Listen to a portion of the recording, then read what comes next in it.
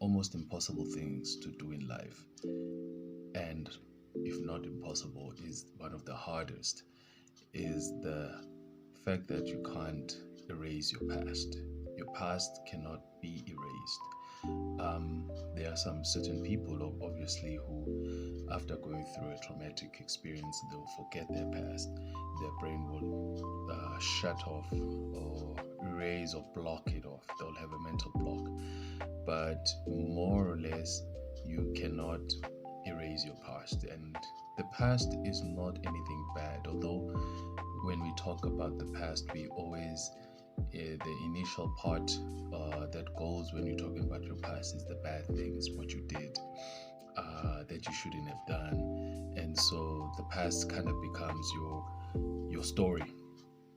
But more importantly, we are who we are because of our past, because of where we come from.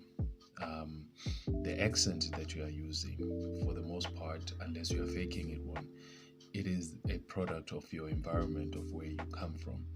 Um, if you're an American, it is almost virtually impossible to speak with a British accent unless you're faking it. You watch too much British drama. As a South African, I have a South African accent. Um, Australian, because its accents are indicative of the area and the people that I'm with. You know. And so the past is part of us. It's also very interesting that when it comes to God, God doesn't really care about your past. He he is interested in the history of the people, of who they are, what they are. But when it comes to your past, the sordid past part, God does not care about it. And why does he do it? Because when you hold on to the past and you hold on to the sordid parts of your past, you tend to judge yourself harshly. You tend to not fully experience God because you are holding on to what you did and how bad of a person you are, and that you can never be worthy.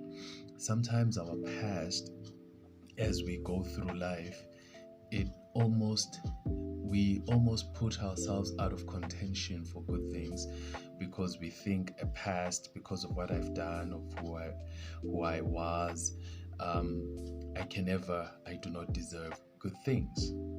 And this you find when God is speaking to Moses in Exodus chapter 3, I believe it's verse 1, where God says to Moses, "Take off your sandals, for the place you are standing on is holy ground." Now, what God says to Moses is that take off your shoes.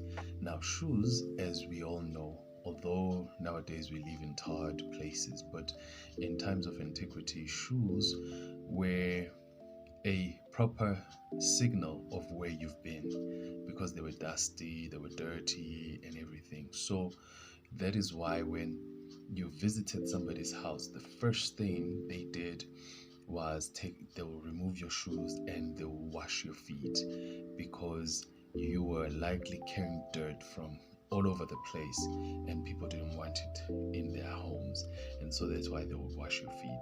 So when God tells Moses to remove his shoes, for he was standing on holy ground, what God was saying to Moses, like, I know who you are, I know what you did, and I don't care. And I'm here to make new memories with you. And it is very important and interesting that God does that, because Moses would not have experienced God fully, even to the point that he got to see God face to face, if he was holding on to the past. And we know Moses' past. He was where God found him. He was a fugitive from justice from Egypt because he had killed an Egyptian and he was on the run. And so God was saying, I don't care what you have done. Not that God was justifying him, but he was saying, I don't care, But in order for me to use you, you need to let go what you did and stop judging yourself harshly, because I have not judged you. I've not judged you harshly. You have to look at yourself as I look at you, not think that I judge you. So take off those shoes, those dusty bags that we carry. God is saying, you need to take it off. And now and again in life, we tend not to fully enjoy love that we would receive from somebody new, because we are still carrying the baggage and trauma of the past relationship. You will not fully experience good things because of the past trauma you've been through. You would not fully accept a compliment because you're so used to people doing that in a sarcastic way. But just try to take off your sandals, that dusty old sandals that carry the memories and the bad things, and just leave it at the door and experience life in a different way, and see if you won't enjoy life. Life is meant to be enjoyed. Life is not meant to be shackled by the past and holding on to what has happened. And that start with not judging yourself. I'm not going to talk about forgiving yourself, because sometimes the people who carry the biggest trauma in life are people who have not done anything. It's people who things happen to, and so I do not subscribe to that ideology of having to forgive yourself, because the traumatizers are the ones who are supposed to forgive themselves, not the ones who've been traumatized. So sometimes in life you need to unshackle yourself and fully experience life without judging yourself, without making the past a factor into where you've been. You've been there.